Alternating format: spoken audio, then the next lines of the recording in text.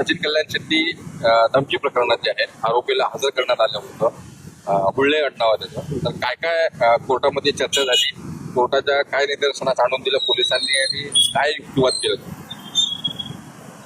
श्रीशैल बाबुराव हुळ्ळे ज्या आरोपीवर भारतीय न्याय संहिता कलम 55 व 3(5) याप्रमाणे गुन्हा दाखल आहे आणि त्या आरोपीला आज मेहरबान कोर्टात हजर करण्यात आलेलं होतं.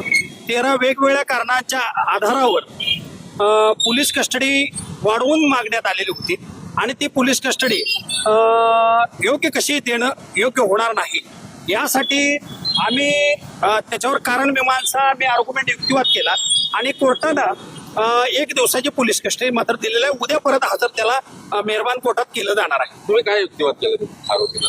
मी या कोर्टाला निदर्शन आज काही ट्रायल नाही, हे फक्त युक्तिवाद हा केला की 13 जी कारणं प्रथम आरोपीला जो प्रभाकर फुलारी याला हजर केली होती त्या रिमांड यादीमध्ये जी 13 कारणं होती तीच कारणं आहे अशी आजच्या रिमांड यादीमध्ये आहेत.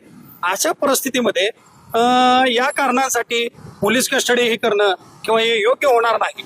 अशा परिस्थितीमध्ये त्यांना मॅजिस्ट्रेट कस्टडी देण्यात यावी ही विनंती मी केलेली होती, परंतु मेहरबान कोर्टाने 1 दिवसाची पोलीस कस्टडी दिलेली. ते 13 कारणं काय आहेत त्याच्यामध्ये? काय त्याच्यामध्ये ती कारण मीमांसा न्यायप्रविष्ट बाब असल्यामुळं हे डिटेल या बाबतीत आपण सांगणं योग्य होणार नाही.